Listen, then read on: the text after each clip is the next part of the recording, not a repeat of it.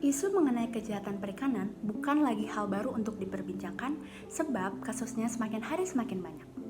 Dalam definisi internasional, kejahatan perikanan terbagi menjadi tiga, yaitu illegal fishing, unreported fishing, dan unregulated fishing. Illegal fishing yaitu penangkapan ikan secara ilegal di perairan wilayah yang tidak mendapat izin dari wilayah tersebut. Sedangkan unregulated fishing adalah penangkapan ikan di suatu wilayah yang tidak mematuhi aturan dari wilayah tersebut. Dan terakhir, unreported fishing yaitu penangkapan ikan di suatu wilayah yang tidak dilaporkan operasionalnya, hasil datanya, dan hasil penangkapannya. Illegal fishing sebelumnya diatur oleh Undang-Undang Perikanan. Nah, keberadaan undang-undang tersebut merupakan landasan untuk menangani persoalan tentang illegal fishing itu.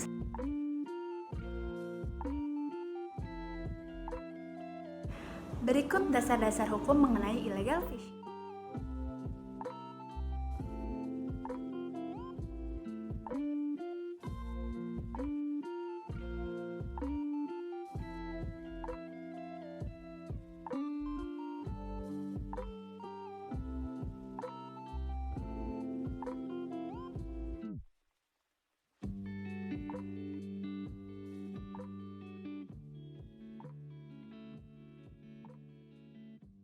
Keterlibatan pihak asing dalam pencurian ikan terbagi menjadi dua macam. Yang pertama, pencurian semi ilegal, dan yang kedua adalah pencurian murni ilegal. Pencurian semi ilegal yaitu penangkapan ikan yang dilakukan dengan menggunakan surat izin penangkapan legal yang dimiliki oleh pengusaha lokal dan menggunakan kapal dengan bendera lokal atau bendera negara lain. Sedangkan pencurian murni ilegal dilakukan oleh nelayan dan kapal asing yang menggunakan benderanya sendiri.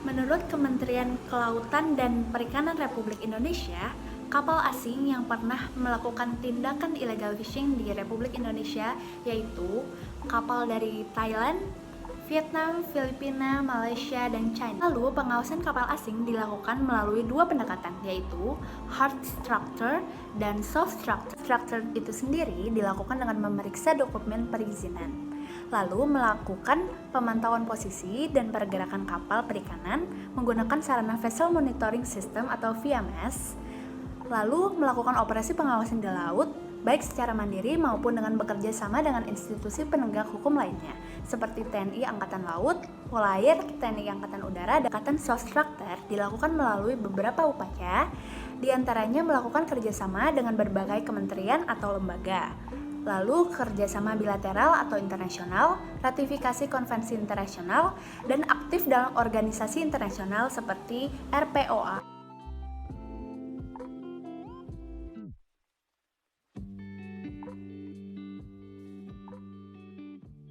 Para pelaku yang terbukti salah, menurut undang-undang dapat dijatuhkan hukuman berupa sanksi administratif, pidana penjara, atau membayar denda. Selain sanksi tersebut, dalam pasal 69 ayat 4 Undang-Undang Perikanan juga diatur secara tegas mengenai pemberian sanksi berupa pembakaran atau penenggelaman kapal asing yang melakukan illegal fishing di wilayah perairan Republik Indonesia.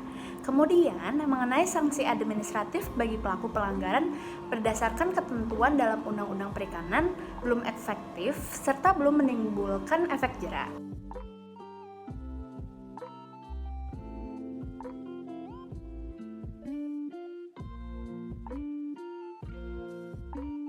Contohnya, apabila ada kapal ikan asing yang melakukan penangkapan ikan di wilayah ZEE Indonesia dengan menggunakan ABK yang tidak sesuai dengan ketentuan sebagaimana diatur dalam pasal 35A ayat 3 Undang-Undang Perikanan, maka dapat dikenakan sanksi administratif berupa peringatan, pembukuan izin, atau pencabutan izin. Hal tersebut tentunya tidak efektif, sebab kapal ikan asing yang melakukan penangkapan ikan di wilayah Indonesia tersebut memang tidak memiliki dokumen lengkap dan tidak memiliki agen di Indonesia.